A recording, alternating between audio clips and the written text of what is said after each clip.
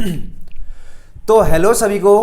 पुराने सालों में जो भी आपके एग्जाम्स में कुछ और क्वेश्चन पूछे गए हैं उनको आज डिस्कस करने वाले हैं। तो ये क्वेश्चन इंपॉर्टेंट है, ध्यान से सुनिएगा।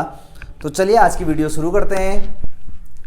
Simplex method for solving linear programming problem was developed by, means कह रहा है जो एलपीबी में सिंप्लेक्स मेथड को किसने डेवलप्ड किया था।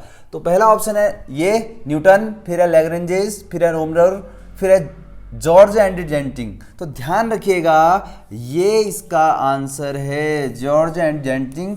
इन्होंने 1947 में इस लीनियर प्रोग्रामिंग प्रॉब्लम की सिंप्लेक्स मेथड से जो सॉल्व की जाती है उसको इन्वेंट किया था, ठीक है, या डेवलप किया था। किसने? ये जो ऑप्शन है हमारा नंबर डी सही हो जाएगा। ये क्वेश्चन आपके एग्जाम में एक बार पूछा गया है। तो चलिए अगले क्वेश्चन की ओर आते हैं। अगला क्वेश्चन ये है आपके पास। अच्छा, क्वेश्चन से पहले एक टॉपिक, क्योंकि यहाँ अगला क्वेश्चन जो हमने लिया हुआ है उसमें सिलेक्ट और सरप्लस वैल्यूज के बारे में जानकारी आपको होनी चाहिए, तब ये क्वेश्चन आ पाएगा। तो पहले सीख लेते हैं क्या होते हैं सिलेक्ट वेरिएबल, क्या होते हैं सरप्लस वेरिएबल, क्या होते हैं। तो देखिएगा सिलेक्ट वेरिएबल क्या होते हैं। देखिए बहुत सिंपल सा बात है। अगर कोई भी इक्वलिटी ऐसी हो जिसमें साइन कुछ ऐसा हो, देखिएगा अब खुद बताइए आप, ऐसा साइन है तो इधर वाली क्वांटिटी छोटी होती होगी और उधर वाली बड़ी।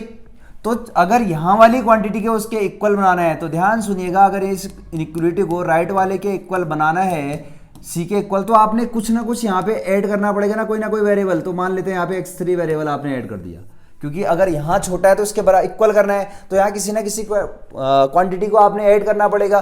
तो ये जो क्वांटिटी ऐड करके आई होती है बच्चे, इसी को बोलते हैं आपके पास सिलेक्ट वेरिएबल, ठीक है। सिंपल सा बात है, आप समझिएगा। किसी भी इनइक्वलिटी में लेफ्ट साइड में अगर कोई चीज ऐड की जाती है तो उसको बोलते हैं सिलेक्ट वेरिएबल। ऐसे ही अगर कोई इनइक्वलिटी ऐसी होती, यहाँ पे एग्जांपल लिखते हैं ax1 plus bx2 is greater than c, ऐसे लिख दिए हम रफ एग्जांपल। तो देखिए इस इनइक्वलिटी में अगर, अब खुद बताइएगा, ये वाला साइड अभी बड़ा है क्योंकि ये सिंबल है ग्रेटर देन का, ये साइड बड़ा है और वो साइड छोटा है। तो अगर इसको इक्वल बनाना है आप लोगों ने, इक्वल बनाना, तो ऑब्वियस सी बात है यहाँ किसी ना किसी क्वांटिटी को आपने माइनस करना पड़ेगा, तभी तो इक्वल बन पाएगा, सॉरी, है ना। किसी क्वांटिटी को आपने माइनस करना पड़ेगा। तो ये जो माइनस करके जो क्वांटिटी आती है बच्चे, इसी को बोलते हैं सरप्लस वेरिएबल, ठीक है। सिंपल सा कहानी है, आप समझ गए होंगे कि किसी भी इनइक्वलिटी को इक्वलिटी फॉर्म में अगर कन्वर्ट करना है, अगर कोई क्वांटिटी ऐड करते हुए आपका आंसर आ रहा है इक्वल, तो उसको बोलते हैं सेलेक्ट वेरिएबल, और माइनस करते हुए आ रहा है तो उसको बोलते हैं सरप्लस वेरिएबल। तो चलिए इससे रिलेटेड क्वेश्चन करते हैं। ये हमने कोई टॉपिक समझाया आपको, उसी से रिलेटेड देखिए क्या कहता है क्वेश्चन। ये आया हुआ एग्जाम में आपके, the positive variable which are added from the left hand side of the constants to convert them into equalities, यहाँ पे इक्वल लिख लेना, इक्वलिटीज फॉर्म आर कॉल्ड। तो देखिएगा क्या बोलते हैं, अभी बताया आपको, जो लेफ्ट साइड से किसी क्वांटिटी को ऐड किया जाता है तो उसको बोलते हैं बच्चे सिलेक्ट वेरिएबल। कौन सा आंसर हो जाएगा? ए ऑप्शन, ठीक है। तो ऐसे अगर क्वेश्चन ये पूछता the negative variable which are subtracted from, ध्यान सुनिएगा, सब्सट्रैक्टेड फ्रॉम द इनइक्वलिटी, तो उसको क्या बोलते हैं? बोलते हैं अगर घटा के जो चीज आती है तो उसको उस टाइम आंसर हो जाता है सरप्लस वेरिएबल। सिंपल है। ये दोनों क्वेश्चन पूछे गए, ध्यान रखिएगा, मैंने एक साथ नहीं लिखे हैं। ये वाला भी पूछा गया जो अभी मैंने समझाया, ये भी। तो अगर लेफ्ट से कोई चीज ऐड होती है तो उसको बोलते हैं सिलेक्ट वेरिएबल, और लेफ्ट साइड में कोई चीज माइनस होती है तो उसको बोलते हैं सरप्लस वेरिएबल, ठीक है। क्लियर हुआ होगा ये वाली चीज। तो अगला आते हैं, अगला एमसीक्यू है आपके पास, the linear function of the variables which is maximize, यहाँ पे मैक्सिमाइज है बच्चे, ठीक है, हमने लिख लिया शॉर्ट में। Maximize and minimize are called, क्या बोलते हैं इनमें से? बोल रहा है किसी भी फंक्शन को अगर ऑब्जेक्टेड फंक्शन ही बोलते हैं, आपको पता ही है। मैक्सिमाइज और मिनिमाइज कोई भी फंक्शन है उसको क्या बोलते हैं बच्चे? Objected function. तो उसका आंसर हो जाएगा बी, ठीक है। तो अगले क्वेश्चन की ओर आते हैं, साथ में आप नोट कर सकते हैं।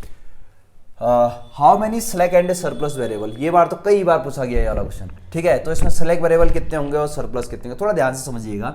ये तो ठीक है, ऑब्जेक्टेड फंक्शन ये वाला तो आपका। अब ये है बच्चे इनइक्वलिटीज, ये वाली क्वांटिटी जो ये दिख रहा है आपको, ये these all are the inequalities. अब देखिए ये पहली इक्वेशन को ना जब आप इक्वल की फॉर्म में लिखना चाहोगे, तो यहाँ पे इक्वल की फॉर्म अगर आप लिखना चाहोगे तो ऑब्वियस सी बात है, ये इधर वाला बड़ा है तो यहाँ कोई ना कोई चीज क्या करनी पड़ेगी, आपने माइनस करनी पड़ेगी, है ना। और ऐसे देखिएगा अभी यहाँ वाला बड़ा है ना, अच्छा सॉरी माइनस बोल रहे हैं, अगर ये छोटा ये बड़ा है तो यहाँ पे क्या करना होगा, इधर प्लस करना होगा ना कुछ यहाँ पे ऐड करोगे तभी तो बड़ा बराबर बन पाएगा उसके।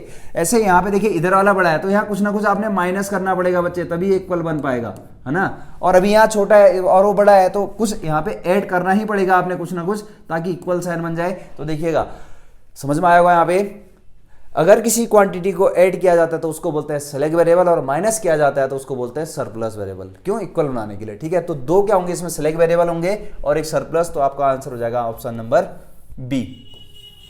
सिंपल, समझ में आया होगा उम्मीद करते हैं। अगला देखिएगा, to find the optimal solution of an LPB when using the graphical method we must find firstly. देखिए ये बोल रहा है कि अगर आप ग्राफिकल मेथड में जब आप किसी एलपीबी को सॉल्व करते हैं तो सबसे पहले आप क्या करते हैं। पहला ऑप्शन है region of feasible solution, region निकालते हैं REASO, है ना, रीजन ऑफ फिजिबल सॉल्यूशन। फिर है द सिंप्लेक्स टेबल या SST पैरामीटर्स या नन ऑफ अबव। तो आप अच्छे से जानते हैं किसी भी जब हम सिंपल मेथड से सॉल्व करते हैं तो सबसे पहले उसका रीजन चाहिए करते हैं। तो इसका आंसर हो जाएगा बच्चे ए। तो चलिए बाकी MCQ अगले वीडियो लेक्चर में।